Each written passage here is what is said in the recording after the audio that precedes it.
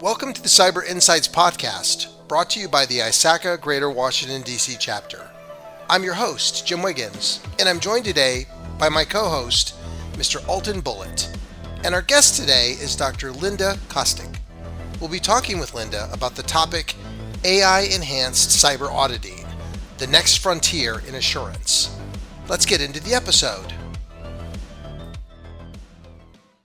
Hi, everyone. Welcome to the Cyber Insights Podcast. This is brought to you by the ISACA Greater Washington, D.C. chapter, and we explore the intersection of topics around artificial intelligence, cybersecurity, risk management, governance, IT audit, and sometimes even privacy. We're excited to welcome Dr. Linda Kostic to the show, and she is a thought leader, a federal assessor, the senior vice president, or was a senior vice president, senior audit manager for cybersecurity at Citi. And she's also the author of a new book that's coming out in January about using AI in the context of auditing. I'm also joined today by my co-host, Mr. Altan Bulut. Altan, how are you today? Great, Jim. Thank you. I'm really excited to be part of this conversation today, and looking forward to learn a lot from our guest Linda today. Awesome. Linda, thanks a lot for joining us today. Did you want to quickly just kind of embellish or build on top of the introduction that I just kind of went through for you, tell our audience a little bit more about you? Thank you, Jim. And again, thank you for having me on this podcast. I really appreciate it. I will just a bit about the book that I wrote. I actually wrote it because I was inspired by helping others do cybersecurity audits that were, I'll call it meaningful and exciting. Research has shown that a lot of audit activities are administrative, 45 to 50%. And I wanted to cut that down. And I believe AI is the way to do it. So I was really excited about writing that book and sharing that information with others. I Absolutely. have been in the financial services industry my entire career, and it is heavily regulated, which also inspired me to take a look at not only audit practices in addition to AI usage, but also banking regulations. Understood. Let's build on that a little bit. So you've obviously got a pretty deep background in the audit space, and ultimately the cyberspace. I'm wondering if you can basically kind of explain for our audience, when you think about today's cybersecurity environment, what in your estimation makes AI such a natural fit for some of the modern audit challenges? Any thoughts on that? Absolutely. For the first thought that comes to my mind is auditors should be using the same technology that our business partners are using. It would be difficult to audit or even challenge if you don't have an understanding of it. AI has come out pretty strong within the last several years. Cyber criminals are using AI. The cybersecurity professionals are using AI tools such as threat intelligence. It only makes sense that as auditors, we stay current on these emerging cybersecurity, I'll call them technological tools. And I already mentioned about the research on administrative work. Really, the goal is to also spend more time analyzing and using the speed of AI to help identify anomalies and areas that we need to deep dive into. And then also, as a last thought, I know in some of my prior positions, it was hard to hire cybersecurity auditors. It's not necessarily one of the fields that people really want to get into because of a lot of the administrative work. They'd rather be hands-on and being involved in the emerging trends and threats. Thus, I think AI will attract more individuals into the profession. Awesome. Thanks. I think Alton was going to spin up the next question for you. Alton? So, yeah, that's a great point. Like, the possibility or promise of AI to remove a lot of that administrative work. So, when you look at from like what can be achieved in terms of like AI-enabled audit practices. Why do you think like this is a good time for audit teams to like understand an AI, understand how AI will enable them to do better work, or maybe just like remove the necessity of spending so much time on the like less valuable, like less value add parts in their day-to-day work and adopting more and more capabilities? Like, do you think are we in a special moment right now to learn AI as like especially for auditors? Can we maybe elaborate on that? Oh, absolutely. I do believe that now, if auditors are not already getting involved in AI capabilities, that they should. I see the momentum of advancing AI technology very swift, especially when it comes to quantum computing and building on the speed. Also, just the capabilities of AI. So, for example, there are robotic process automation tools out there that will automate routine tasks. You could use that to write an audit report using information that's in the training data set as an example. So it's important that cybersecurity auditors embrace AI because it's out there, it's being used.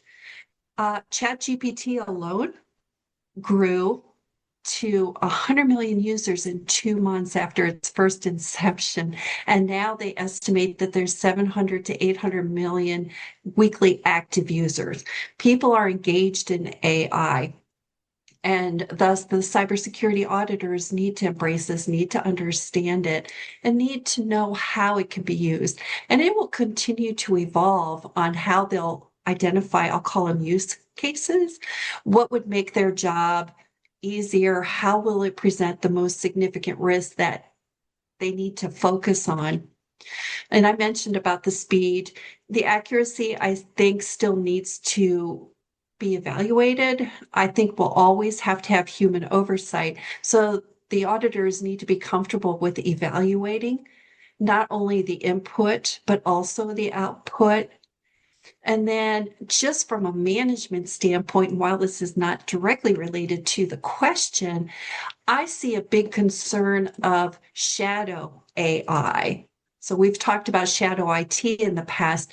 I think if management embraces AI and supports it for the auditors, we can reduce the risk of shadow AI where auditors are using publicly available AI tools that could unintentionally expose confidential or sensitive information in the public domain. Yeah, absolutely. That's a very good point to like to keep in mind the risks too. So when we think about like why is now the moment? So what do you think some of the potential downsides of not adopting it right away or maybe like as fast as possible for audit teams? Like if they, what would they be missing out if they waited longer than necessary to adopt AI capabilities in their day-to-day work? I think the initial learning curve takes time, and an individual needs to understand the basics, so the components of AI. And as AI evolves, they're then trying to catch up with the evolution over time. Take ChatGPT as an example. They put in some enhancements recently. One of them was something called Study and Learn. It's used as a brainstorming tool, so it won't write, let's say, a student's paper, it won't write an auditor's audit report, but it gives ideas on where to go find certain information. These features are going to continue to change. And if the auditors wait, they're going to be behind and they're going to have to really work hard to catch up if they can. So I believe just the demand on the evolution of AI would make it very difficult if they don't start soon. Yeah, absolutely. So Linda, I know that let's great introduction, by the way, in terms of the topic and what we're here to talk about. But I want to back up for a second and talk a little bit about your background and some additional perspectives that you might bring to the table in terms of that background. I know that, as we've kind of introduced you, you've obviously had leadership positions at Citi. You've worked at a number of other organizations, enterprise risk around Transamerica, T. Rowe Price, E-Trade. Of course, you're now also heavily involved in academic.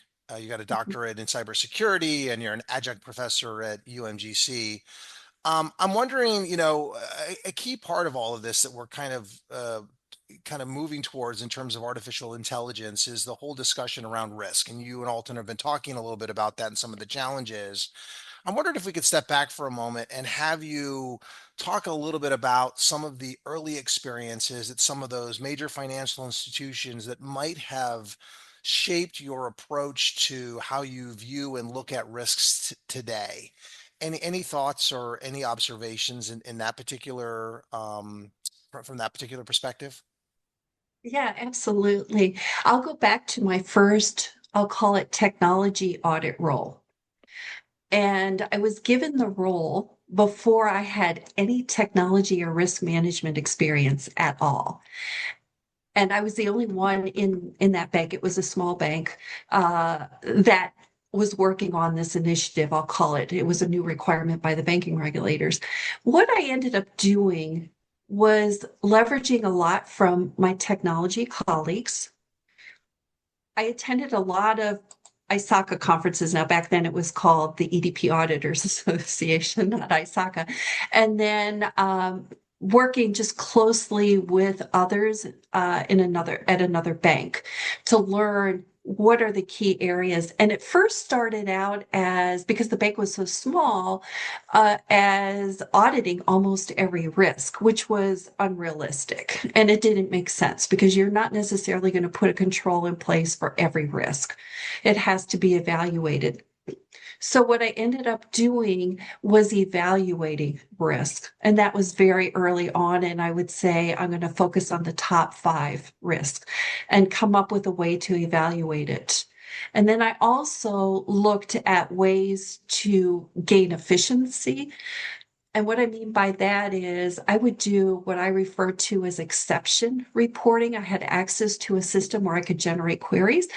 So instead of doing an audit on a sample basis, I would do it based on parameters like loan rates below a certain percentage or above a certain percentage.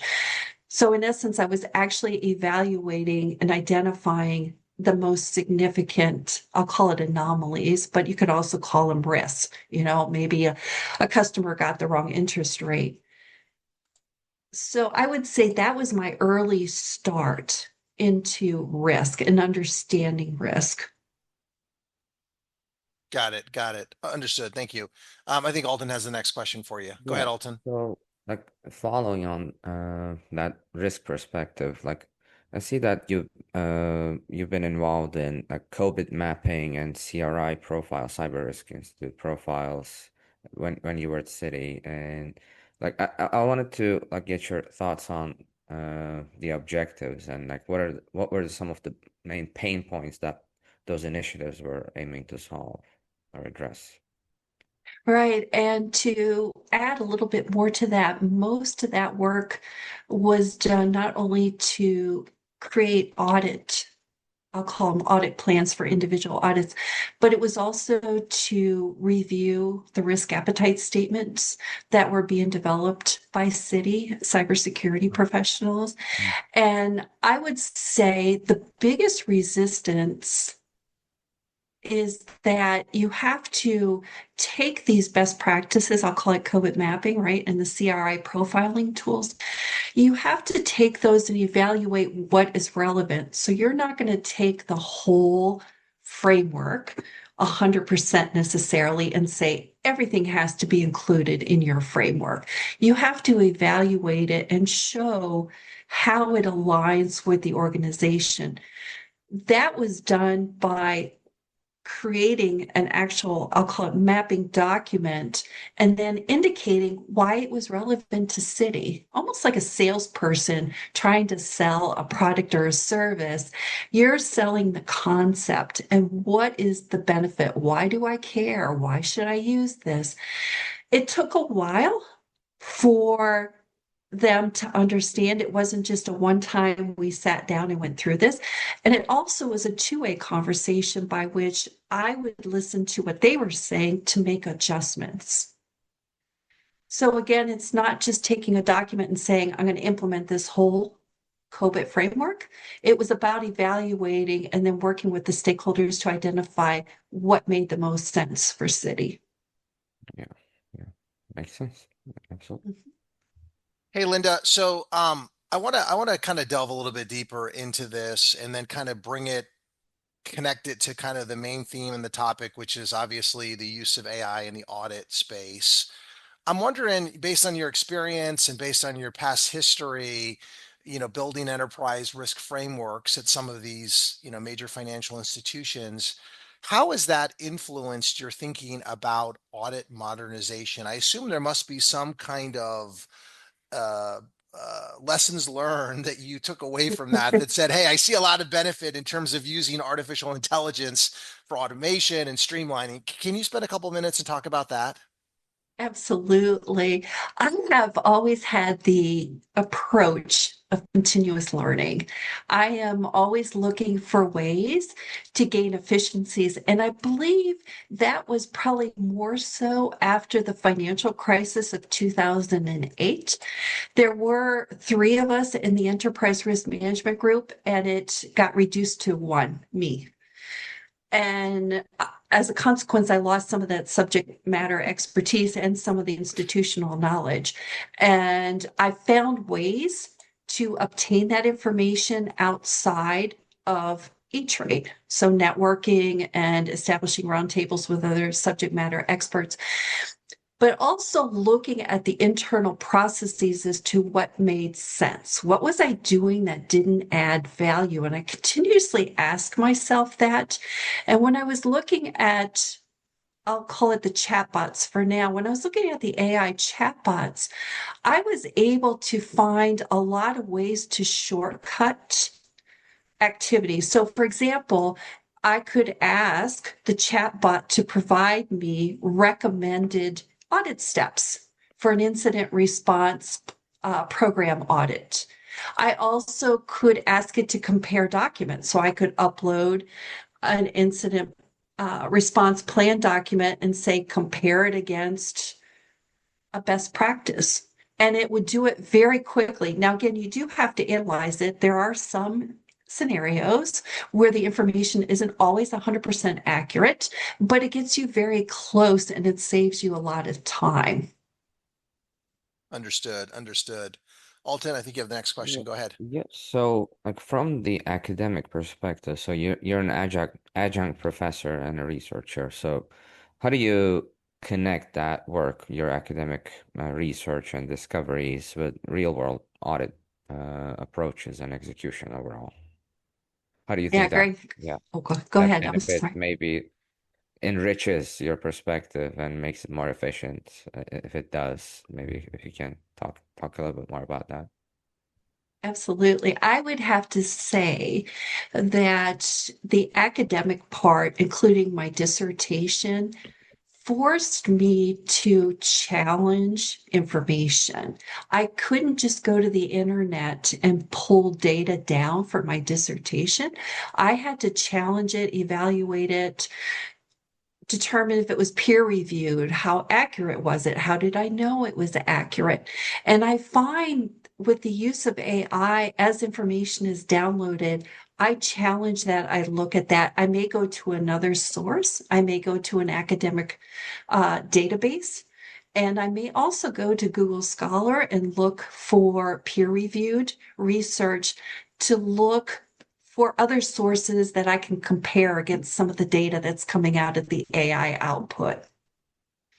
So I would say it's about challenging. It teaches you to really think through how accurate is this and can I rely on it? Yeah. Yeah, absolutely. That rigor and maybe that professional skepticism gets a little bit more enhanced in the right ways, perhaps, right? Yeah, I would say professional skepticism is the best way to say that. Yeah, I agree. Okay, so let's get into the main topic. We've articulated and built out kind of your background. Obviously, you, very detailed or quite a bit of competence in terms of your prior experience at all these financial institutions, and that's brought you today to writing a book on the use of AI in the audit space. Obviously, AI can automate lots of different components, evidence collection, help validate controls, enhance anomaly detection. Um, I'm wondering if maybe you can spend a couple of minutes and talk about practical audit activities today that you think, based on your research, based on putting this book together, based on that vast experience that you bring to the table, which activities do you think are most ready for AI-driven automation today? Yeah, great question. I would say there are probably three major areas. The first is the annual audit plan and the continuous monitoring. And I put those two together because there are some, I'll call them synergies between the two. You put together an annual audit plan, but you need to monitor for new significant risks that could alter that plan. You may have to shift focus, be agile, if you will, shift focus to another area that's a higher risk to your firm or your agency.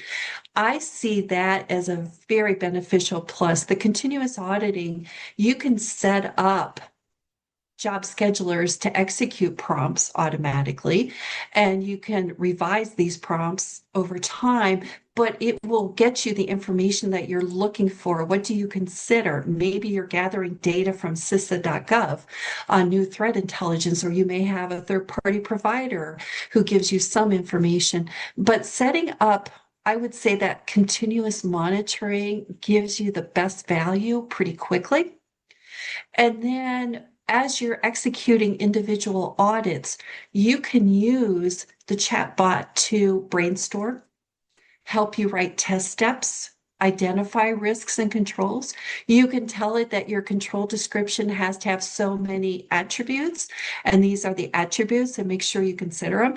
It's like having a conversation and teaching somebody in some cases, but then your output comes back better and better with each iteration.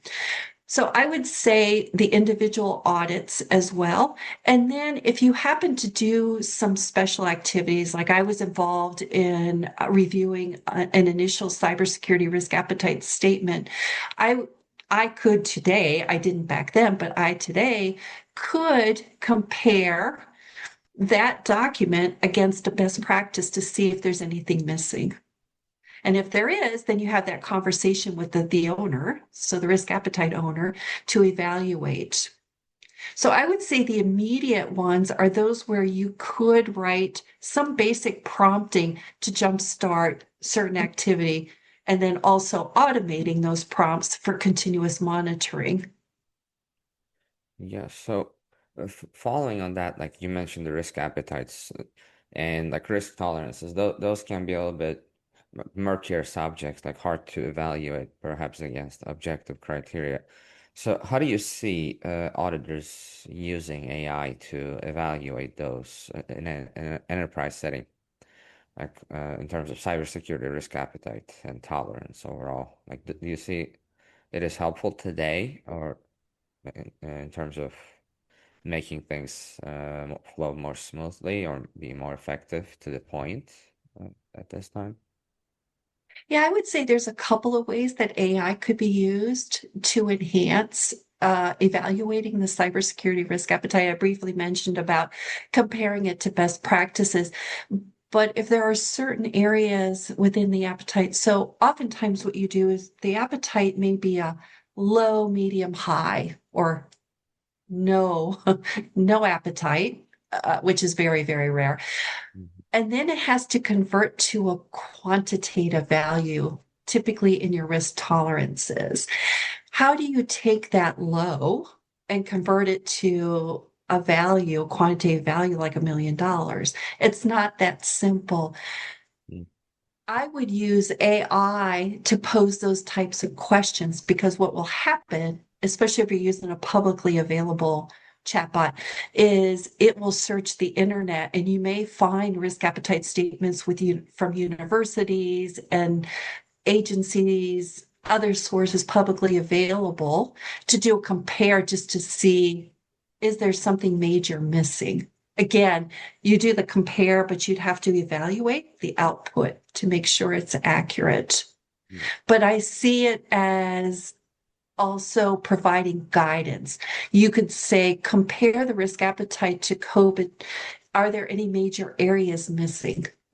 Yeah, absolutely. So do you see a role to maybe do a comparison to what is stated in the risk appetite and then maybe a more foundational statement that's a broader statement overall, like our risk appetite in this aspect is low, but the practices day to day or just like what is authorized, does it align with that risk appetite?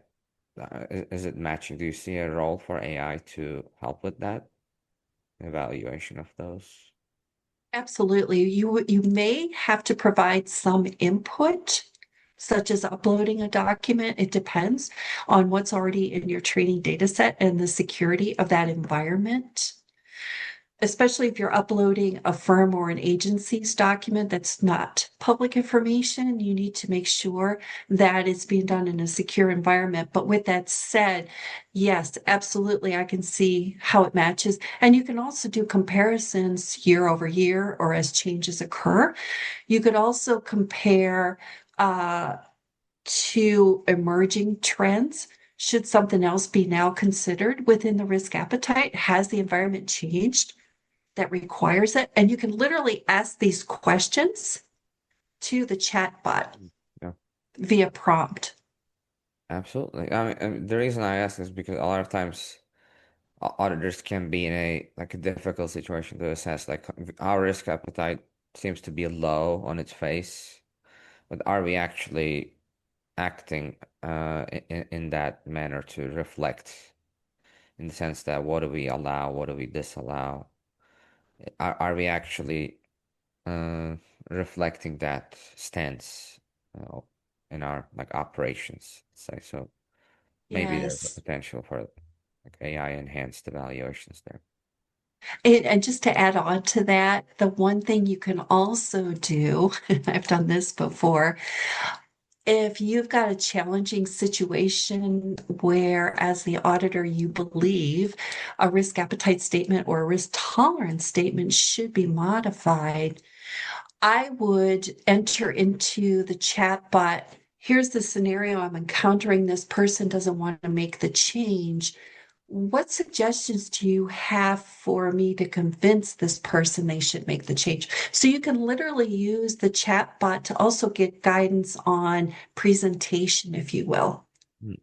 Yeah, very very good idea. Yeah, absolutely.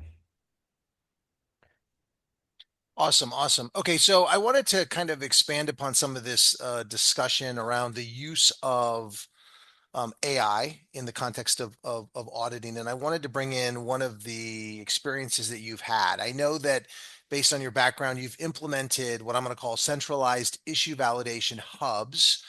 I'm wondering if you could maybe provide some context as how you think AI might expand or automate those types of audit functions.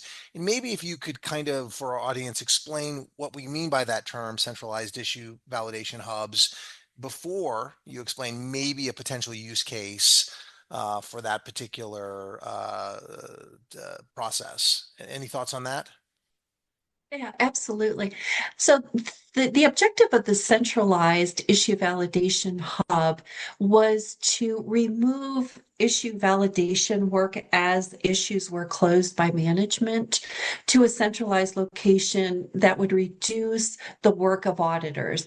So as an auditor is assigned an audit and they may have time sensitive activities, these issue validations could just compound the workload and prevent them from sometimes focusing 100% on either the audit or the issue validation. So the objective was to streamline the issue validation process overall. It all went to a central location, went to the right subject matter experts, but they would be using over time, they would be able to see synergies across the different, let's say, technology groups. Like if there were systemic issues related to system development lifecycle. So the objective was to simplify and expedite the issue validation process itself. From an AI perspective, I think a training data set could be created that would have risks and controls and test steps, the required evidence that would be needed to do the testing. And as an issue comes up, the significant risk is then put into the chat bot asking for this relevant information to come back. And then you would automatically be able to help management build an action plan. But then also, when the issue is closed, you've got all the data right there. You don't have to research it individually as each issue comes in for validation. So I think it also provides consistency, which was the objective of the issue validation hub. We want to make sure that a specific risk that's noted throughout the organization would have the same validation. This would expedite it and remove some of the human error, I believe.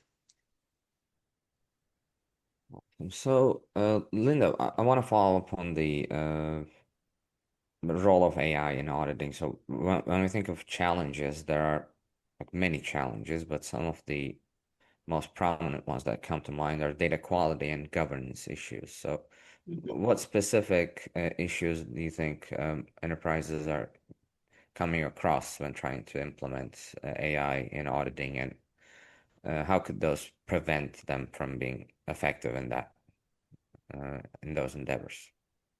Yeah, great question. I would think the first part is to make sure you've got the right individuals who are putting together, I'll call it the AI capability environment.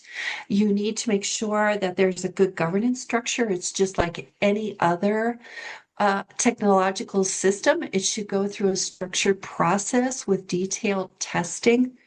Um, I would say that would also include the testing of the training data set to make sure that it is accurate.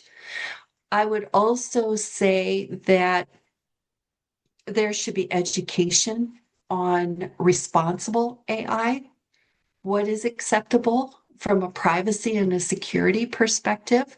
Again, getting back to the shadow AI, making sure that people know they're not allowed to do the shadow AI, such as using a chatbot that's out in the public domain.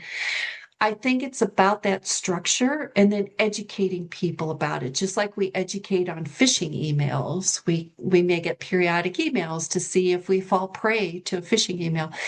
The same thing with AI. It's like any other technology. And in banking, I would call it similar to models. There is already a model validation process. Take underwriting, mortgage underwriting as an example. The regulators require a strict model validation process. That same process could be used for the AI technology, the capabilities that are built out. Very good points. Hey, Linda, I want to ask a quick follow-up question on that before we move on to my next formal question.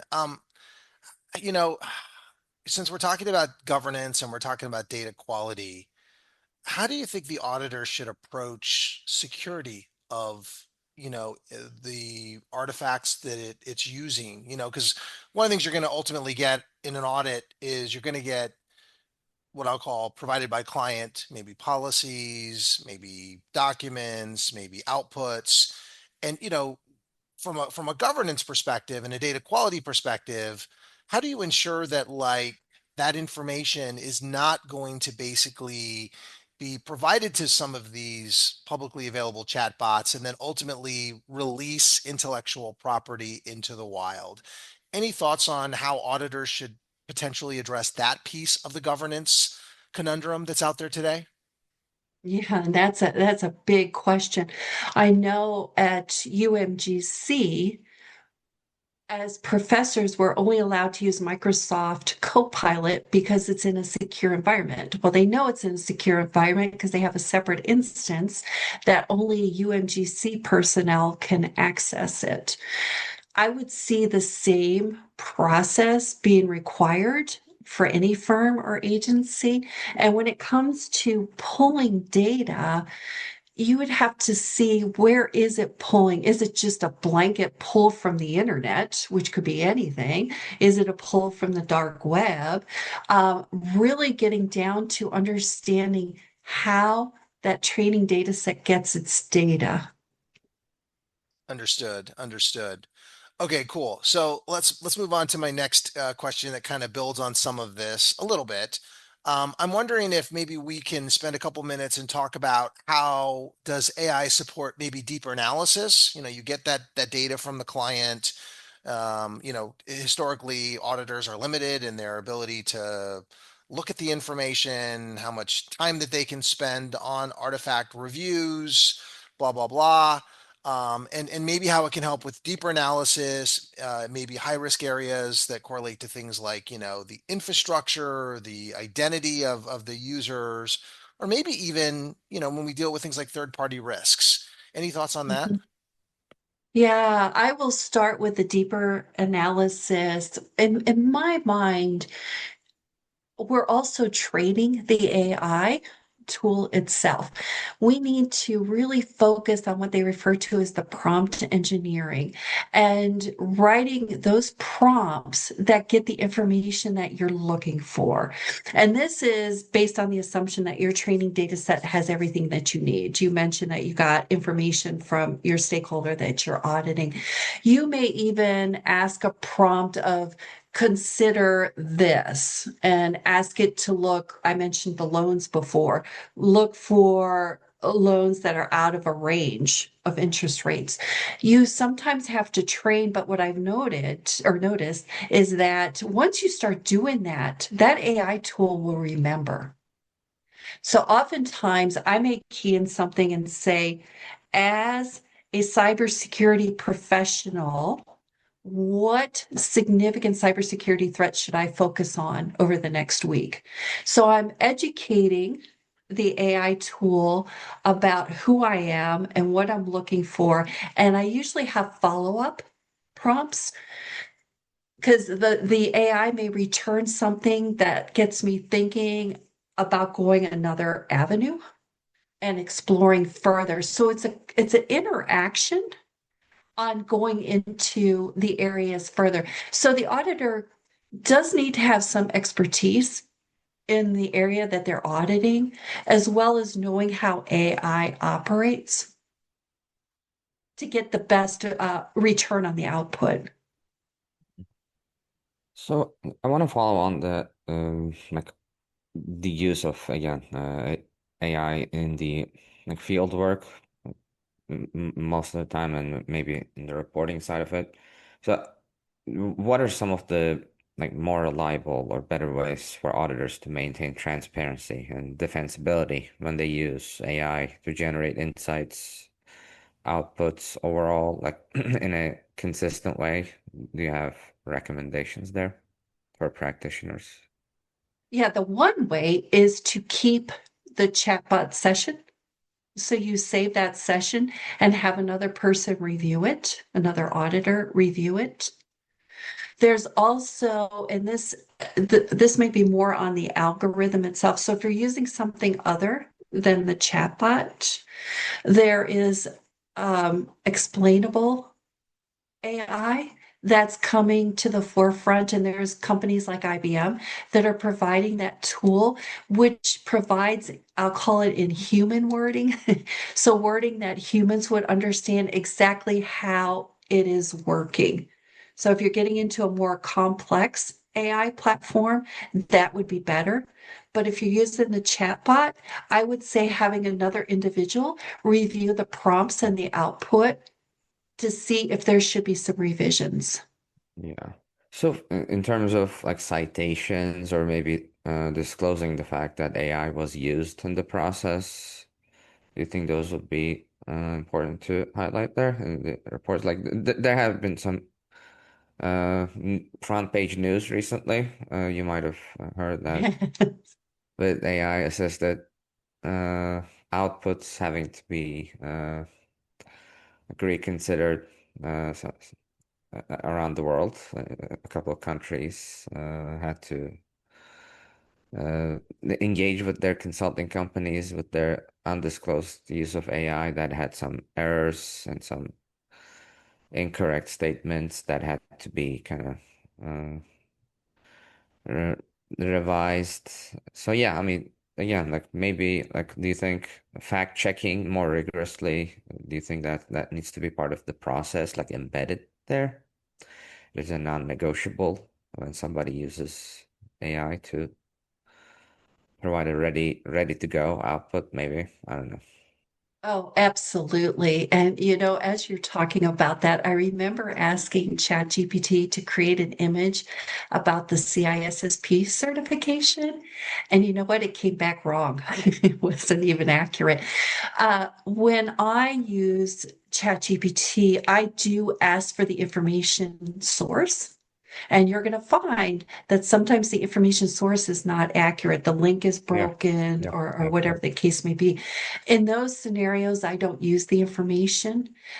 But if I do use like the study and learn feature within ChatGPT, I do cite that in my work, especially as a professor and as a student, because I am taking some UMGC courses as well.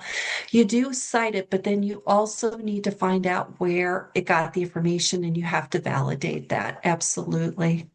Yeah, totally. So one thing I also noticed is that there's this a pervasive sycophancy of AI models. Like when it gets the sense, I guess, in a way that you have an opinion, it tries really hard to agree with you, like try to frame the output in a way that will align with what you initially suggested. Like, do you think it makes sense? Oh yeah, you're right. Like it almost always like ne it almost never disagrees with you. That's interesting. For, like almost all the general LLMs like available right now. Like it's very seldom that it will flat out say, "No, you're absolutely wrong." Like they'll say, "It's not. Yeah, you're right, but maybe like I don't know if you notice that. So maybe just try to be extra hard on the like LLM to be brutally honest. I found that like personally to be helpful. Like don't mind like what I might think. Like don't try to please me or whatever. Just something along those lines to try to force it to be more even in its evaluations. I haven't seen that, but I have seen where the chatbot in particular will respond with an output and then it'll have a follow-up section and it'll say, did you consider this? Or are you sure this is factual because of whatever? I do see, I'll call it a challenge. It's not an aggressive challenge. And sometimes it doesn't challenge at all. But I do see those scenarios, which I like because it gives you another perspective and you can take a step back and think, yeah, maybe I should consider this. Yeah, yeah, totally.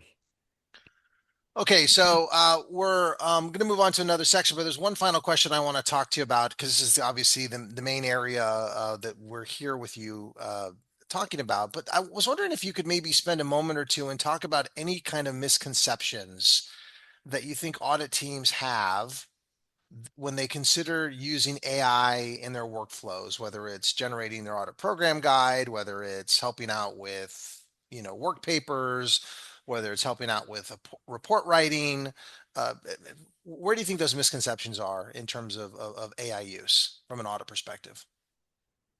The first one that comes to my mind is that the auditor thinks that the output is 100% accurate. So all they have to do is copy and paste, and that's not the case. You do have to evaluate, you do have to analyze and challenge the information. I see that as the biggest. And then another area. and this is really dependent on the audit culture, I'll call it, is the fear of having to learn something new takes up time. And if you are evaluated on dates and there is no forgiveness for going beyond a date, then they really will oftentimes just revert back to either manual processes or what they've done in the past because they don't want to spend the time to learn. So culture has a big impact on the success of using the AI, and it has to align with how you evaluate, such as performance reviews, evaluate the individual audit team members. Uh, And oh, go ahead. I wanted to just point out something that you said about going back to manual processes. So when we think about automation in audit flows, like how do you see the difference between like using AI to help be more efficient, effective versus more traditional automation, like where you just like set up the pipelines, processes, it just runs in the back. Maybe like you have a script that runs every 5 seconds to query a database to check for permissions, let's say, and if it finds something that is not supposed to be there, it will flag it. And there is no human involvement pretty much in that automated continuous evaluation.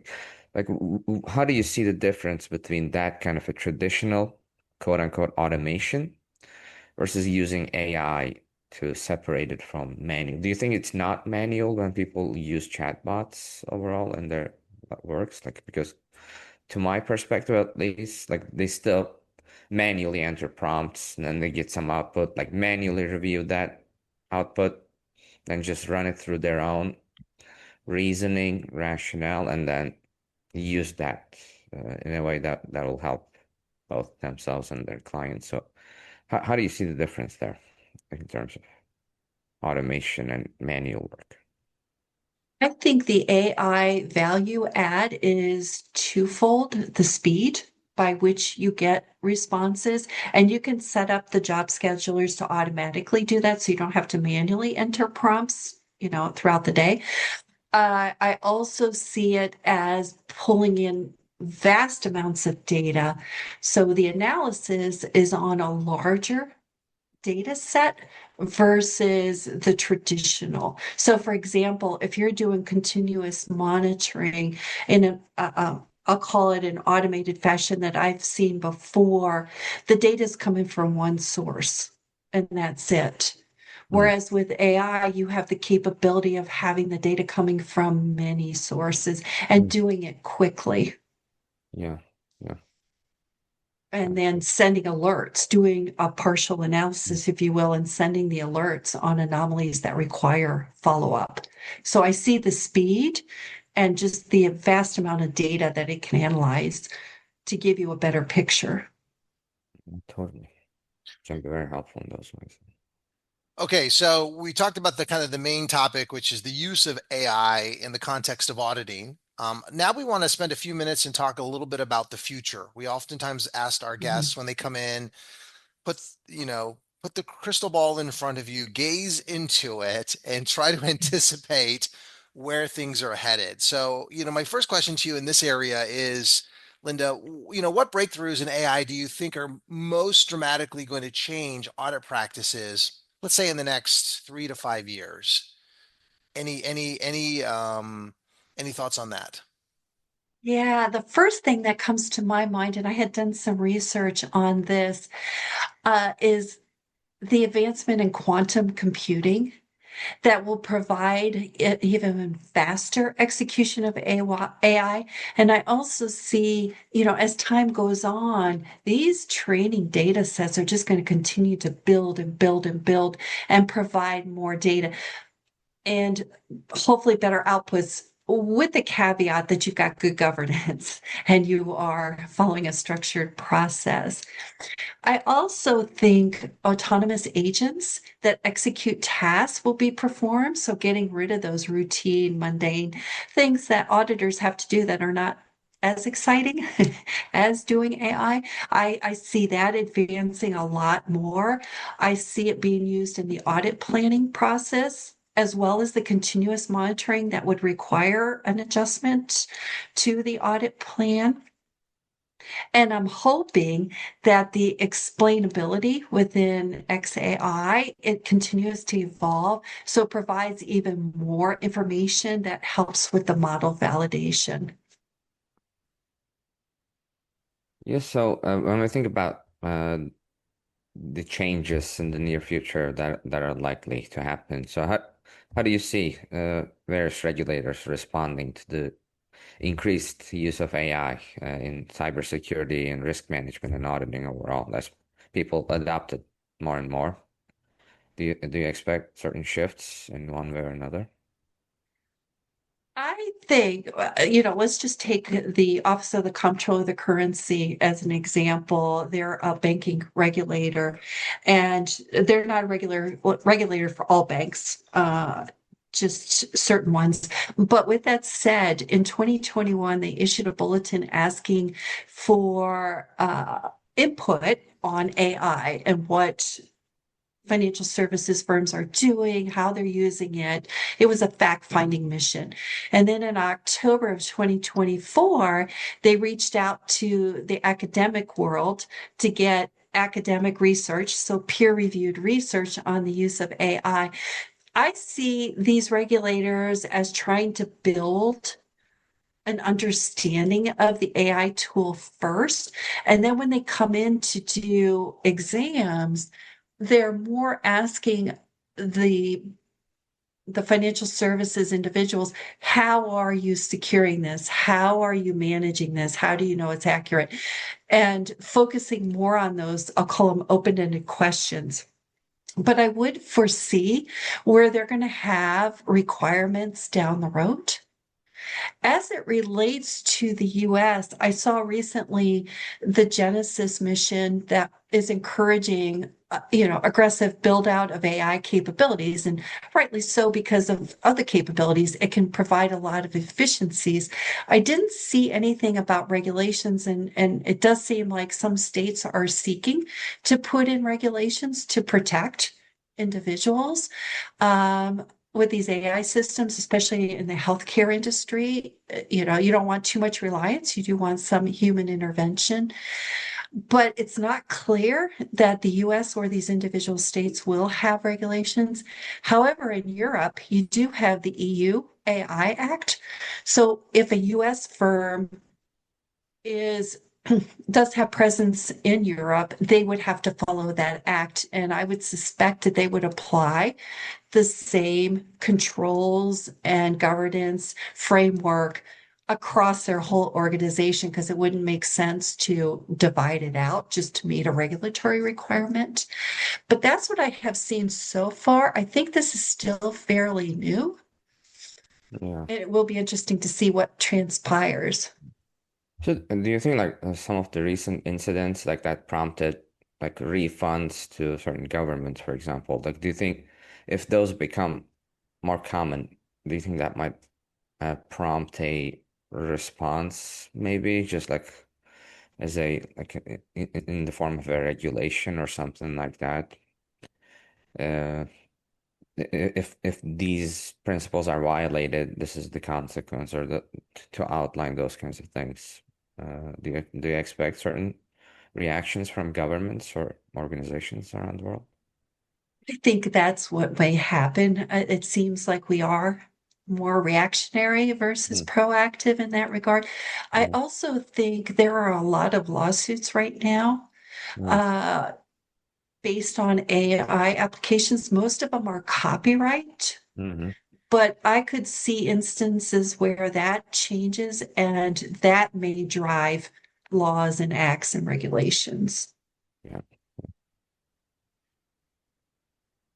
So, hey, Linda, I wanted to build on something that you brought up in just a few moments ago when you were talking about possible future trends. You mentioned agents. And I was wondering, one of the holy grails of auditing has always been this idea of continuous auditing, correlates to the continuous monitoring construct we have within, security control testing. I'm wondering if you think that, we might see actual continuous auditing take shape. And if so, do you think these AI agents would play a role? If so, what might it look like? Obviously they could potentially have access to real-time data, real-time telemetry that's out there. Any thoughts on how those agents themselves might help out in that area? Yeah, I truly do believe as the capabilities evolve that that will be one of the benefits to expedite the continuous auditing and really just honing in on what should somebody focus on from a significant risk perspective. I also think down the road, I believe that continuous auditing, because of the technology, could replace what we refer to as these periodic audits, where you're going in and at a certain point in time, you may audit that area once every 3 years, every 4 years, whatever the case may be. But tailoring the AI capabilities so that it focuses on significant areas. And I believe then auditors would spend their time analyzing and evaluating and working with the risk owners to discuss what comes out of those continuous audit outputs. Yeah, so following on that, so as we move more and more into the world of AI enabled, AI powered auditing, so what do you see as some of the uh, future skills and competencies that will distinguish auditors in that frame, in that working model in the near future? What should I people think it's focus? going to be a combination of understanding audit requirements, so like the Institute of Internal Auditors requirements on subjectivity and other attributes. It's going to also require knowing AI as well as the cybersecurity domain itself. So you're adding AI expertise to what is currently being required, and then understanding how all of that relates to each other. So, how do you align audit standards to cybersecurity auditing and the use of AI? They will have to have critical thinking skills to do that. It is going to be more thinking, evaluating, and analyzing, and less time pulling information together. Yeah, absolutely. So I just wanted to quickly follow up on that. Mhm. So with the critical thinking and higher level skills, I wanted to get your perspective on like maintaining or developing that in the first place. Like my perspective has been that critical thinking is like an emergent quality or capability that you need to know a lot of things. It's like background knowledge in the first place to be able to think critically about a subject. If you're not knowledgeable, you can't possibly think critically about it. So how do you see like it gets me worried sometimes when I hear people saying that you no longer need to study, learn, you just have AI, you just need to think critically. I don't think that's possible personally. I wanted to get your perspectives on that. Like, does that worry you in terms of how people view AI as like a crutch in a way, just and then maybe over time losing their core skills and like uh, cognitive capabilities over time? Is that a risk that is worth thinking about? I actually think, and I define critical thinking as challenging the information, evaluating and analyzing the information. Can I rely on this? I would Yeah. say that AI is going to, I really believe, expand our critical thinking skills because it's going to present information in the way it thinks and it analyzes the data. But then we, in turn, have to assess whether that is accurate. Yeah. Yeah. So I see, because you're interpreting what's coming out of the AI tool, you may do follow-up prompts, or you may have to change the algorithm, whatever the case may be, but you still have to pull in some of the basic concepts into that, as well as understand how that AI tool is working. Let me give you an example. On mortgage underwriting, AI-based mortgage underwriting systems, they have to make sure that the algorithm is coded not to be biased and, discriminate against age or race or whatever the case may be, their community, the zip code they live in. Somebody has to analyze that and think about these regulations and then compare whether that is in the model itself. So I think it's taking it to that next level Mm. and maybe a little bit different type of analysis. But I think the majority of the time the auditors will spend will be on analyzing. Yeah, yeah, absolutely.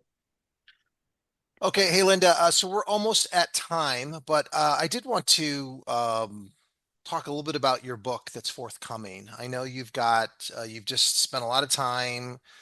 Can you tell us what it's going to be called, what it's going to cover? Maybe spend a few minutes on that, and then how listeners can maybe facilitate picking up a copy of it. Yeah, absolutely. The book is called, it's a very long title, Transforming Audit Practices, Cybersecurity Auditing Practices Using Agility and AI. I threw agility in there because oftentimes as auditors, we may want to hurry up and finish an audit and not be cognizant of other high risk areas that we really should focus on. And stopping and starting and changing can be distracting. So in the book, I talk about, first, I do introduce the audit standards in case somebody's not familiar with them. And then I talk about culture and how that plays a role in the cybersecurity audit world. I also talk about ways to build relationships, because as an auditor, we need to be a partner and a team member within the organization. We need to understand what our colleagues are doing in the cybersecurity world. So building those partnerships, but yet still remaining independent. And then I get into the agile concepts. I call them concepts. I don't think it's a matter of building an agile framework. When you talk about building a framework, it implies a huge process and governance documents and everything else. It's more about being agile and using those concepts. And then I have a large chapter on AI and the different cybersecurity audit activities and providing use cases for the various types of how to do audit planning, individual audits. If you're doing consulting work within the internal environment, I had mentioned that I had done consulting work on the risk appetite statement as an example, how you can use some AI tools. And then the last chapter is taking it a step further where the reader can go to other sources to expand, learning more about robotic process automation, learning more about existing audit software tools that are AI based, just taking it to the next level. So it touches upon a lot of areas, but they're integrated also within the chapters. So when I work on building the partnerships, I show how you're still meeting the audit standards. Awesome. Awesome. And how can listeners pick up a copy of it if they're interested? You can get it through Amazon right now. You can pre-order. It doesn't have the correct book cover just yet, but it will be out there in January. That would probably be the best way Awesome. to obtain it. Yes. Awesome. Awesome. Awesome. All right, Linda, we are out of time. We want to thank you for coming in and sharing your expertise with the Cyber Insights audience. We really appreciate it. Thank you very much. This again, Jim, your course on AI inspired me as well. It's really an interesting tool, especially the chatbots. Yeah, Awesome. thank you, Linda. It was great. It was an awesome conversation. All right, everyone. Well, we're going to wrap up today's episode. Again, we want to thank Dr. Linda Kostic for coming in and sharing her expertise on auditing and the leveraging of artificial intelligence in the actual audit process. This podcast, of course, is brought to you by the ISACA Greater Washington, D.C. chapter. If you want to learn more about the chapter, you can reach out to the chapter's website at www.isaca-gwdc.org, and you can learn all about upcoming programs, training events, networking opportunities, and things along that nature. We appreciate you joining us today, and we will look forward to seeing you at our next episode. Have a great day, everybody. Bye-bye.